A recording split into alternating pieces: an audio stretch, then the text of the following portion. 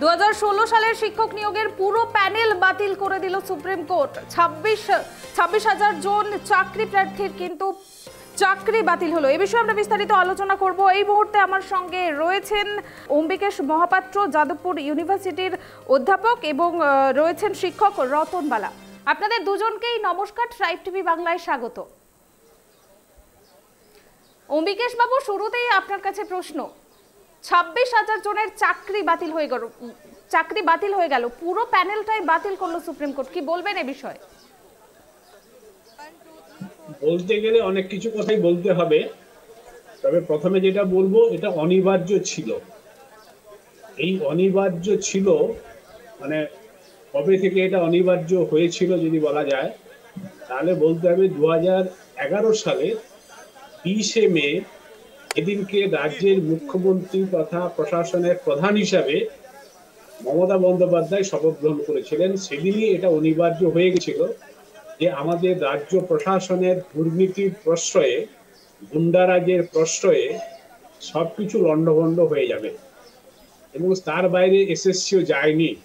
প্রাথমিক স্কুল শিক্ষক নিয়োগ থেকে শুরু করে মাধ্যমিক উচ্চ মাধ্যমিক স্কুল শিক্ষক নিয়োগ সবেতেই সরকারের প্রশাসনের পরিকল্পনায়, উদ্যোগে ব্যাপক দুর্নীতি হয়েছে, এবং সেটা আজকে আর অভিযোগ নয়, প্রমাণিত সত্য। এবং আমি কেন 2011 সালের 20শে মে তারিখটাকে উল্লেখ করলাম, এই কারণে যে কোনো বিধানসভা নির্বাচনে সরকার পরিবর্তন স্বাভাবিক, সাংবিধানিক রীতিনীতি অনুযায়ী। উদ্ধব ভট্টাচার্যের জায়গায় মমতা বন্দ্যোপাধ্যায় শপথ গ্রহণ করতেই পারেন। তাতে দুর্নীতি সরকারিকরণ হবে, দুর্নীতির প্রাতিষ্ঠানিকীকরণ হবে, গুন্ডা রাজ কায়েম হবে রাজ্যে। এটা আপনি তখন বুঝলেন কি করে 2011 সালের 20শে মে তারিখে? আমি বুঝেছিলাম, আমি আমার বিজ্ঞানের একজন শিক্ষক হিসাবে আমার অভিজ্ঞতাতে, আমার অভিজ্ঞতা এটাই বলে যে মমতা বন্দ্যোপাধ্যায় 1984 সালের লোকসভা নির্বাচন, অর্থাৎ তার নির্বাচনী অভিষেকে ভুয়া ডক্টরেট ডিগ্রি ব্যবহার করে নির্বাচক মণ্ডলীকে প্রতারিত করতে পারেন, যিনি 2006 সালে সংবিধানের বই হাতে নিয়ে বিধানসভা চত্বরে ঢুকে বিধানসভা ভাঙচুর করতে পারেন, যিনি আস্ত একটা টাটা কারখানাকে বিশৃঙ্খলা সৃষ্টি করে, চরম নৈরাজ্য সৃষ্টি করে টাটাদেরকে পশ্চিমবঙ্গ ছাড়া করতে পারেন, যিনি নিজেকে সততার প্রতীক হিসাবে স্বঘোষণা করতে পারেন, তার হাতে যদি প্রশাসনের ক্ষমতা এসে পড়ে, প্রশাসনিক প্রধান হিসাবে, মুখ্যমন্ত্রী হিসাবে তিনি দায়িত্ব পান, তাহলে যা যা হওয়ার কথা গত এই 2011 সাল থেকে 2025 সাল 14 বছরে সারা রাজ্যের মানুষ বুঝে গেছেন। এবং এই নিরিখে আমি এসএসসি সম্পর্কে আমার দুটি চারটি কথা আমি বলতে চাই। 1985 সালে, যে বছর আমি এমএসসি পরীক্ষা পাশ করেছিলাম, তখন আমি স্কুলে, উচ্চ মাধ্যমিক স্কুলে নিয়োজিত হয়েছিলাম। তখন কিন্তু এসএসসি ছিল না। সেই কারণে সেই সময় প্রচুর অভিযোগ আসতো যে কোনো কোনো ক্ষেত্রে এই নিয়োগের ক্ষেত্রে দুর্নীতি রয়েছে, অস্বচ্ছতা রয়েছে। সেই কারণেই হয়তো 1997 সালে বামফ্রন্ট সরকার সঠিকভাবে স্কুল সার্ভিস কমিশন তৈরি করে তার মাধ্যমে শিক্ষক নিয়োগ প্রক্রিয়া চালু করেন। শিক্ষক, শিক্ষাকর্মী, প্রধান শিক্ষক ইত্যাদি। এবং 2011 সাল পর্যন্ত আমরা দেখেছি প্রায় প্রতি বছর শিক্ষক, শিক্ষাকর্মী, হেডমাস্টার নিয়োগ হয়েছে। কানাঘুষো অভিযোগ এসছে, কিন্তু তার জন্য কোর্ট, তদন্তকারী সংস্থা, সিবিআই, হাইকোর্ট, সুপ্রিম কোর্ট এইসব ঘটেছে বলে আমি শুনিনি। এই 1997 সাল থেকে 2011 সাল পর্যন্ত আমি শিক্ষক হিসাবে কাজ করেছি, এবং যাদেরকে আমি পড়িয়েছি তারাই স্কুল সার্ভিস কমিশনের মাধ্যমে নিয়োজিত হয়েছে, আমি তাদেরকে চিনি। অর্থাৎ 2011 সাল পর্যন্ত যারা উচ্চশিক্ষা প্রতিষ্ঠান, কলেজ, বিশ্ববিদ্যালয়ে পড়াশোনা করতে এসেছে, যাদেরকে আমি নিজে শিক্ষক হিসেবে পড়িয়েছি, তাদের কাছে একটা ভরসার স্থল, আশ্রয়স্থল ছিল এসএসসি। যে কিছু না হলেও প্রতি বছর এসএসসি পরীক্ষা হয়, পরীক্ষা দেব, যোগ্যতা প্রমাণ করব, নিয়োগপত্র হাতে নেব, এবং স্কুলে জয়েন করে শিক্ষকতার কাজ করব, এবং আমার সংসার প্রতিপালন করতে আমার রুটির কোনো সমস্যা হবে না। এই ভরসাটা ছিল এসএসসি। কিন্তু যখনই মমতা বন্দ্যোপাধ্যায়ের নেতৃত্বে সরকারের পরিবর্তন আসলো, আমার এটা আশঙ্কা হয়েছিল যে রাজ্যে চরম নৈরাজ্য আসবে। এবং আজকে এসএসসি 2016 নিয়ে যে রায় সুপ্রিম কোর্ট থেকে এসছে, তার আগে হাইকোর্ট থেকে একই রায় এসছে, তার আগে বাক কমিটি রিপোর্ট, সিবিআই রিপোর্ট ইত্যাদি ইত্যাদি, সুপার নিউমেরারি পোস্ট, এসএসসির যে চেয়ারম্যান ছিলেন তিনি জেলবন্দি, প্রাক্তন শিক্ষামন্ত্রী জেলবন্দি, আমাদের মধ্যশিক্ষা পরিষদের প্রাক্তন সভাপতি কল্যাণময় গাঙ্গুলি জেলবন্দি, আপনার শিক্ষা উপদেষ্টা তৈরি করেছিলেন আমাদের রাজ্যের সরকার, তার যে উপদেষ্টার প্রধান তিনি জেলবন্দি। অর্থাৎ এটা থেকে অত্যন্ত স্পষ্ট যে ব্যাপক দুর্নীতি হয়েছে, প্রাতিষ্ঠানিক দুর্নীতি হয়েছে, সরকার সেই দুর্নীতিকে করেছে এবং তার থেকে সরকার কাঁড়ি কাঁড়ি টাকা তুলেছে। বেশ অম্বিকেশ বাবু, রতন বাবু আপনার কাছে প্রশ্ন, এই যে শিক্ষকতা একটি পবিত্র পেশা, সেই শিক্ষকতাকে নিয়েই কিন্তু দুর্নীতি, কি বলবেন?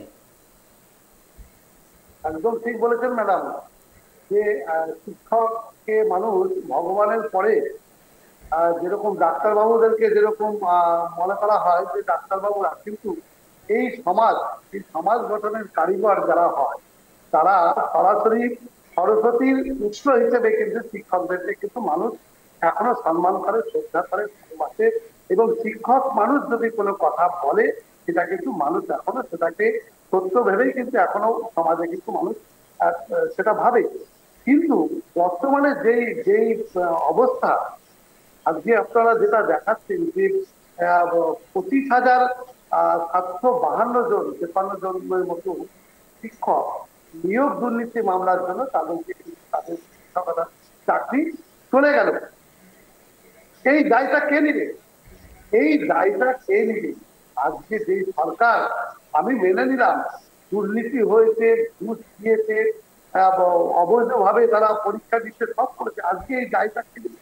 আজকে তার সামাজিক যে জায়গাটা, সমাজের মধ্যে যে জায়গাটা, সেই জায়গাটাকে টোটালি একটা মানুষ যে 10 বছর চাকরি করলো তাকে সবাই মাস্টারমশাই হিসেবে জানলো, আজকে যখন সমাজে জানবে যে না তিনি অবৈধভাবে দুর্নীতিভাবে তিনি টাকা দিয়ে ঘুষ দিয়ে আজকে মাস্টারমশাই হয়েছিলেন, তাহলে ছাত্রদের মধ্যে তিনি যে এতদিনের যে শিক্ষা তিনি দিয়েছেন ছাত্রদেরকে 10 বছর ধরে, তাহলে তার সামাজিক প্রেক্ষাপটটা কোথায় গিয়ে জানানো?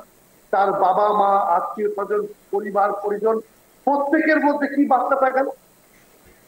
আজকে উৎসব করার ব্যাপার নয়, আজকে যাদের মধ্যে দিয়ে এই ঘটনাটা ঘটলো, আজকে বারবার বলা হয়েছে, বারবার সুপ্রিম কোর্ট বলুন হাইকোর্ট বলুন দীর্ঘ 10 বছর কতবার সুযোগ দেওয়া হয়েছে, বলেছে বারবার যে আপনারা বৈধ অবৈধতাকে আলাদা করুন, বৈধ অবৈধতাকে আলাদা করুন, তাহলে যারা বৈধ চাকরি পেয়েছে তারা থাকবে, অবৈধগুলো থাকবে না। কিন্তু সরকার সেটা করতে পারলো না। আজকে রাস্তার উপরে টানছে। হ্যাঁ, অম্বিকেশ বাবু বলছিলেন যে এসএসসি থেকে যারা ওনার ছাত্র যারা বা আমরা যারা এসএসসি দিয়ে চাকরি পেয়েছি ম্যাডাম, আজকে আমরা খুব সাধারণ ঘর থেকে উঠে এসেছি, বলতে দ্বিধা নাই যে এসএসসির মধ্যে দিয়ে আমরা আজকে স্কুল সার্ভিস কমিশনের পরীক্ষা দিয়ে চাকরি পেয়েছি, সেখানটাতে ইন্টারভিউ দিয়েছি। আজকে আমার চাকরি পাওয়া দেখে আমার গ্রামের ছেলেরা বা অন্যান্য বাবা মারা তারা নতুন করে তাদের ছেলে মেয়েকে বলেছে যে দেখো রতনের মতো ছেলে যখন পড়াশোনা করে চাকরি পাচ্ছে, তোমরাও চাকরি পাবা, তোমরা পড়াশোনা করো। কিন্তু সেই জায়গাটাকে কোথায় নিয়ে গেছে? আজকে দিদি খুব বুদ্ধিমান, দিদি খুব চালাক, না হলে আজকে বলুন তিনি কিন্তু ঠিক জানে যে এই নিয়োগ মামলার সাথে যুক্ত যিনি আছেন ওনার ভাইপো কিন্তু এই নিয়োগ মামলার সাথে যুক্ত আছে, তাই তিনি তাকে সামনে কিন্তু এই 21শে জুলাই যে মঞ্চে তাকে কিন্তু সামনে আনেনি। তিনি জানেন যে সামনে নির্বাচনে কিন্তু এই বিষয়গুলো ঘটতে পারে, কেন্দ্র সরকার থেকে বলুন আর সুপ্রিম কোর্ট বলুন এই দুর্নীতি ব্যাপারটা কিন্তু সামনে আসবে, তাই তিনি ঠিক কৌশলে তাকে তুলে রেখেছে। কিন্তু পাপ বাপকেও ছাড়েন। আজকে যে পাপ করেছেন তিনি, এই মাননীয় যে পাপ করেছেন এবং পাপ করে যাচ্ছে, পশ্চিম বাংলায় পুরো শিক্ষা ব্যবস্থা বলুন, স্বাস্থ্য বলুন, কোনো একটা দপ্তর এমন আছে যেখানটাতে। বেশ রতন বাবু, বেশ অম্বিকেশ বাবু আপনার কাছে প্রশ্ন, এই যে 26,000 চাকরি গেল, 26,000 সংখ্যাটা কিন্তু কম নয়, এতে করে কি শিক্ষা ব্যবস্থা ভেঙে পড়বে? দেখুন 2011 সালের পরে ধীরে ধীরে করে শিক্ষা ব্যবস্থা ভেঙে পড়তে পারে বলে কিছু ব্যাপার নেই। আমি যাদবপুর বিশ্ববিদ্যালয়ের অধ্যাপক ছিলাম, গত মাসে আমি অবসর গ্রহণ করেছি। যাদবপুর বিশ্ববিদ্যালয়ের ভিসি উপাচার্য একাডেমিক হেড 2023 সালের জুলাই মাস থেকে নেই। তারপরে নিয়োগ হয় অন্তর্বর্তীকালীন, তারপরে আবার তাকে তারাই সরিয়ে দেয়।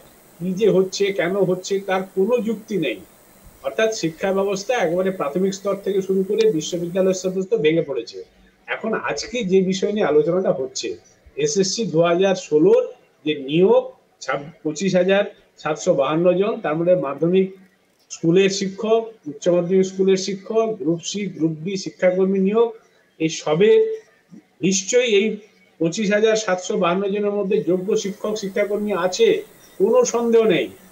কিন্তু হাইকোর্ট, সুপ্রিম কোর্ট বারে বারে বলেছে সরকারের কাছে, রাজ্য সরকারের শিক্ষা দপ্তর এবং স্কুল অমিকেশ বাবু আপনাদের কাছে আসছি। এই মুহূর্তে 26,000 জনের মধ্যে একমাত্র যে প্রার্থী, চাকরি প্রার্থী যার চাকরি যায়নি, সোমা দাস, সেই সোমা দাস কি বলছেন আমরা একবার শুনবো। রায়টা অত্যন্ত হতাশাজনক। এই রায় আমাদের কখনোই কাম্য ছিল না। আমরা চেয়েছিলাম যে দুর্নীতিগ্রস্ত সাজা পাক, শিক্ষাক্ষেত্র দুর্নীতিমুক্ত হোক এবং এই দুর্নীতির সঙ্গে যারা জড়িত তাদের শাস্তি হোক। এখানে দেখছি নির্দোষরা শাস্তি পেয়ে যাচ্ছে, যারা এর সঙ্গে যুক্ত, যারা অফিসার ছিল, যারা কমিশন ছিল বা শিক্ষামন্ত্রী, তাদের কিন্তু এখনো সাজা সেরকমভাবে হয়নি। অথচ দেখলাম যে যারা কোনো রকম প্যানেলে দুর্নীতির সঙ্গে যুক্ত নয়, অনেকে নিম্ন মধ্যবিত্ত পরিবার থেকে এসেছে, যারা সঠিকভাবেই চাকরি পেয়েছিল, আজ তারা কিন্তু অত্যন্ত বিপদের মধ্যে পেল। তাদের আজ জীবনের যে কি হবে তার পরিস্থিতি কিন্তু ভেবে তাদের কিন্তু কোনো ঠাঁই হচ্ছে না, যেটা সত্যি আমার কাছেও খুব অত্যন্ত হতাশাজনক।